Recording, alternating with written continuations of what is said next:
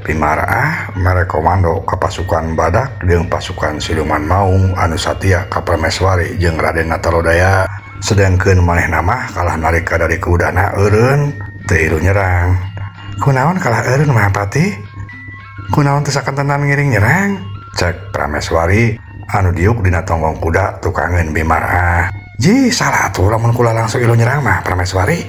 Kula saroba jeung teu ngadidik anak buah. Engke lamun anak buah geus kapepet kakarek. Tembal Bimarah alasan anu padahal manehna mah ngarasa gimir lamun kudu ilu perang mah. Prameswari percaya bae kana omongan Bimarah. Mohonya tiasaan Mahapati mah ngadidik anak buah teh. Upami teu kitu mah anak buah teh moal ewanan nya Mahapati. Cek Prameswari muji ka Bimarah. Tah geuning ngarti Prameswari teh. Cek Bimarah bungaheun.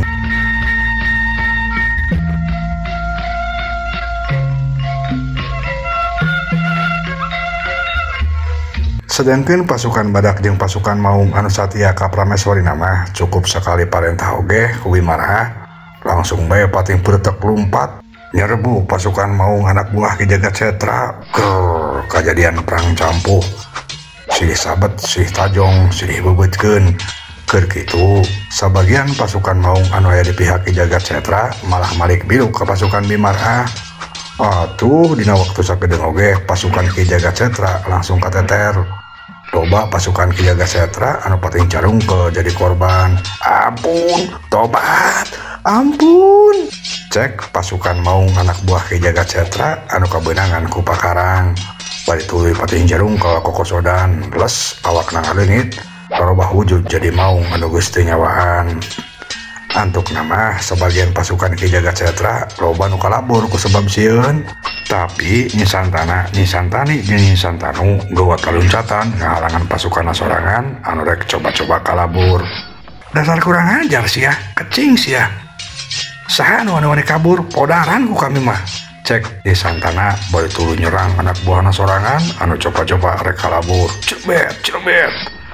Karembong sakti Nyi Santana pating cilebet nyabetan anak buahna sorangan anu kalabur.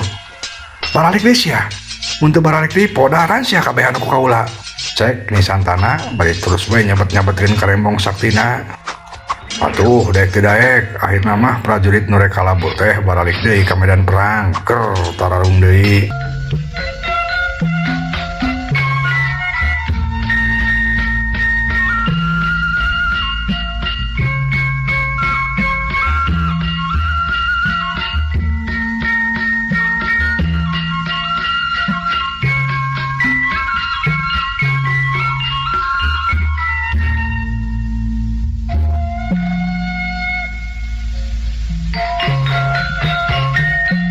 Di sejen pihak Bimarah jeung Prameswari masih keneh dariuk dina tong kuda bari ngawaskeun nu keur perang campuh. Kadenge Prabu Durakumala jeung Nyi Lasmayah wakaok minta tulung. Mahapati hinden marah tulungan kaula euy.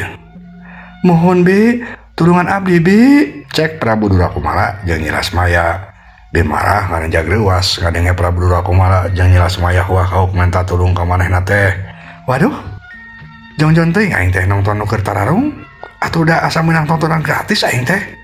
Aing jadi kalah poho ka si Lasmayah jeung si Prabu Antalohod anu aya dina bahaya. Geurentes Bimarah bari terus ngareret ka Prabu Durakumala jeung Nyi Lasmayah. Tapi da aing kumaha nulungan nanya ieu teh. Aing oge sieun kaduruk. Geurentes Bimarah deui bari olohok. Mahapati, gowa tulungan, ieu kula geus teu kuat panas. Cek Prabu Durakumala deui. Mohon bi, enggal tulungan, abdi teu kiat. Cek Nyi Lasmayah oge saruah wakauk deui. Bimarah pusingeun gara-gara teu ateul. Tapi kumaha aing nulungan ieu teh. Geurentes Bimarah deui, bari gara-gara teu ateul pusing.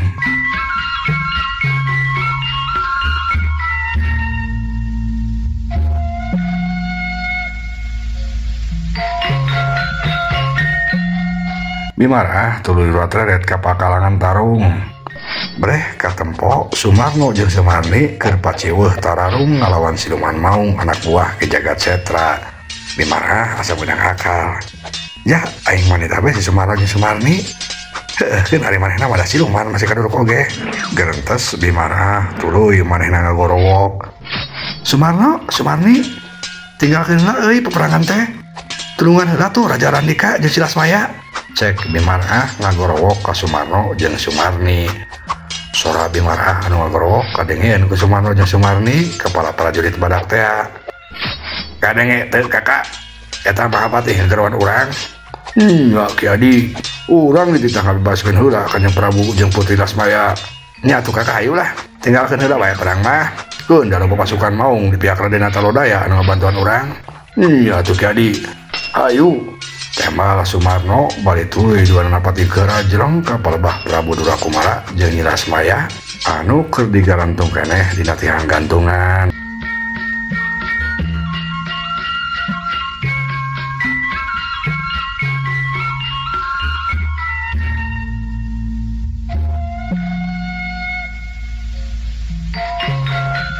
Tapi barang duana narek narulungan ngadepaskeun Prabu Durakumala jeung Nyi Lasmaya kaburu daratang manten Nyi Santana Nyi Santanu jeung Nyi Santani. Tiluanana langsung nyerang ka Sumarno jeung Sumarni. Rek naras ya, sangarepan heula kami lamun hayang ngabebaskeun Raja Boloho mah. Cek Nyi Santana bari langsung bae nyabeteun karembongna ka Sumarno anu rek ngabebaskeun Prabu Durakumala. Atuh Sumarno anu kari ngabebaskeun bae Prabu Durakumala teh reuas. Buru-buru maneh luncat deui mundur, cebet. Sabetan karembong Nyi Santana ngahakan angin. Tapi Nyi Santana guat narik deui karembongna dipake nyusul tepus deui serangana. Modal sia. Cek Nyi Santana bari nyebatkeun deui karembongna. Sumarna leuwas deui bae gajeng deui mundur. Tapi terus diudag ku Nyi Santana.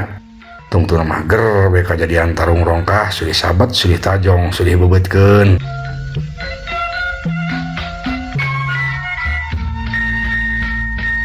Di sejen pihak Sumarni oge geus tarung ngalawan Nyi Santanu jeung Nyi Santani katempo lantaran dikuluyuk kuduaan Sumarni rada mundur kadese. Ulah diberaho jarai terus ubar. Cek Nyi Santanu. Mun cek. Tembal Nyi Santani tuluy Nyi Santanu jeung Nyi Santani nyerang bebeakan ti kenca katuhu. Atuh Sumarni beuki katempo kadese mundur.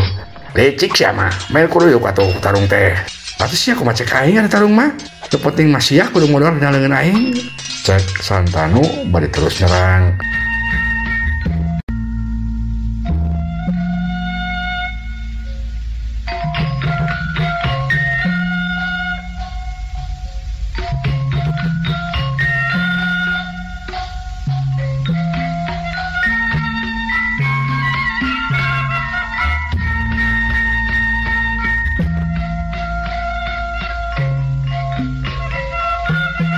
Ari kayaan Prabu Durakumala jeung Nyi Lasmayana beuki katempo pikawatireun.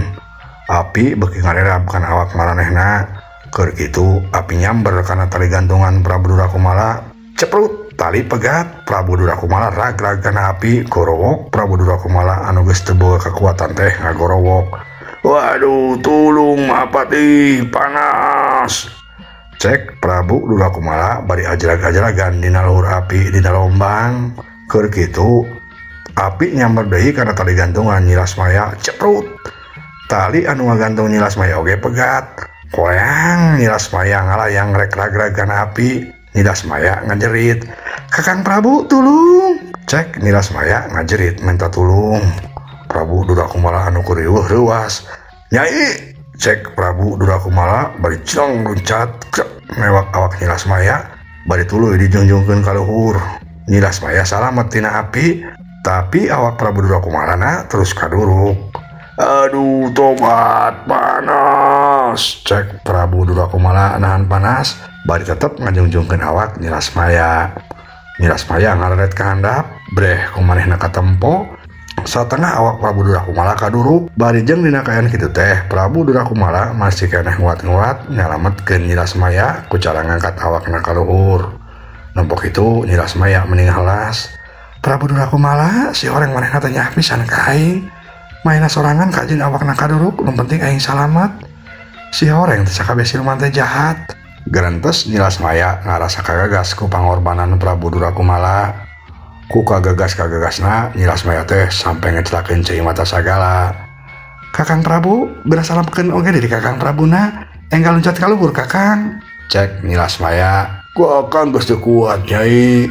Kakang geus teu boga tanaga pikeun luncat. Nyai sing tahan. Kakang moal ngantep Nyai cilaka, cek Prabu Durakumala bari sorana kadenge rada harosos lelaunan. Nampok kayan kitu Nyi Lasmaya beuki ngarasa ngahalas.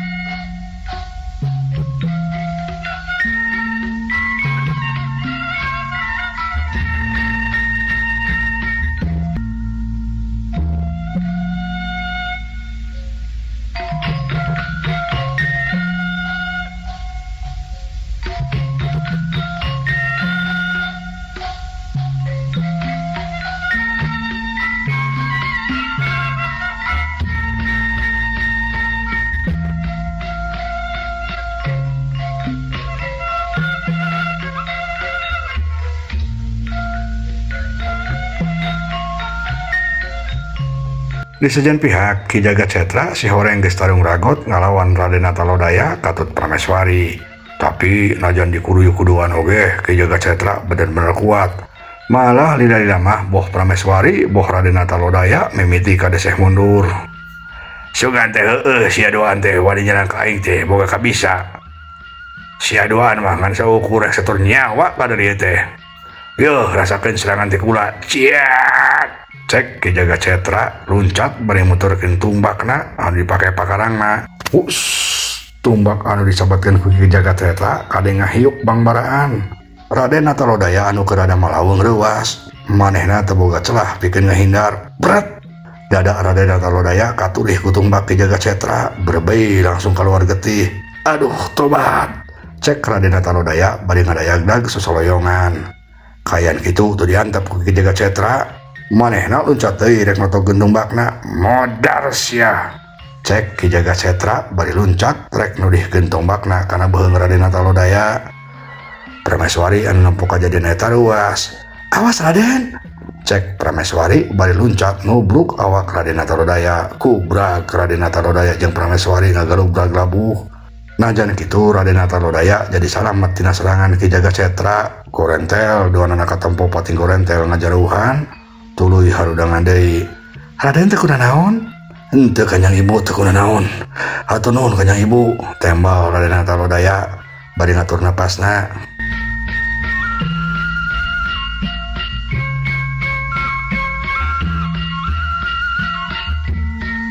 Ari Ki Jagacetra katampo nangtung bari mulak cangkeng. Sia doaan masih kena bisa selamat. Tapi heuh rasakeun deui serangan teh kula. Cek Ki Jagacetra bari luncat deui nyerang. Tapi Raden Natalodaya jeung Prameswari ayeuna mah geus bisa taki-taki deui. Serangan Ki Jagacetra dipapag ku serangan deui. Tungtuna mah der kajadian deui tarung ragot.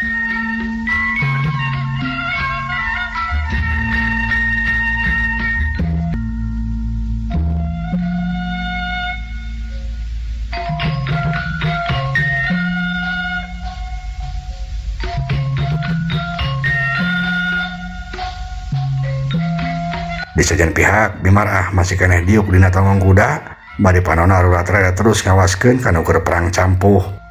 Reti kapal bah Prameswari jeung Raden Natalodaya anu katampo beuki ka deseh. Bimarah ngareha panjang. Kudu kumaha anu dilakukeun ku aing ayeuna nya? Ari milu tarung aing teh teu wani. Lamun cicing bae oge bisa cilaka. Lantaran itu Prameswari jeung Raden Natalodaya oge geus beuki ka deseh. Lamun kajadian era perang teh meureun aing oge bakal jadi sasaran.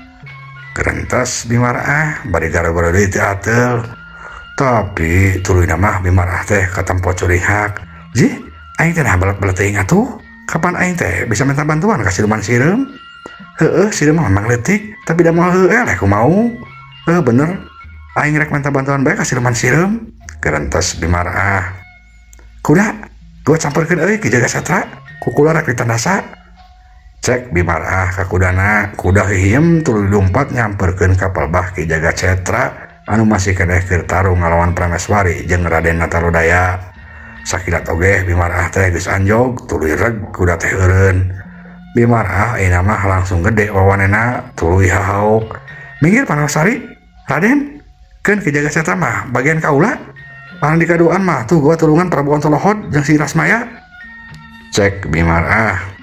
Bade kedatangan Bimarah, Prameswari jeung Raden Natalodaya meni barungah. Tuluy duanana laluncatan mundur. Mangga Mahapati, keun Prabu Durakumala sareng Nyiras Maya mah kukula anu nulunganna. Tembal Prameswari. Nya gawat kali itu, gawat pinggir.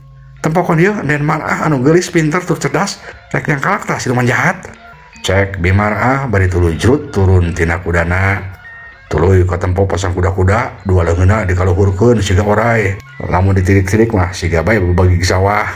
Tapi najan kitu Bimarah teh ngarasa percaya diri. Sia mah aing lawanna mau ngerongon. Cek Bimarah bari katempo pasang kuda-kuda siga nu heueuh. Tapi si Horeng Ki Jagatsetra ngarasa seben oge nempo kadatangan Bimarah mah. Lantaran manehna kungsi nampa Bimarah ngalehkeun Prabu Rodapati basa harita teh. Bat cilaka, nah geuning ieu makhluk awe teh hidup keneh bae. Ceunah cek santana jeung santana geus modal. Lamun kieu mah aing kudu hati-hati ngalawanna. Gerantes Ki Jagatsetra.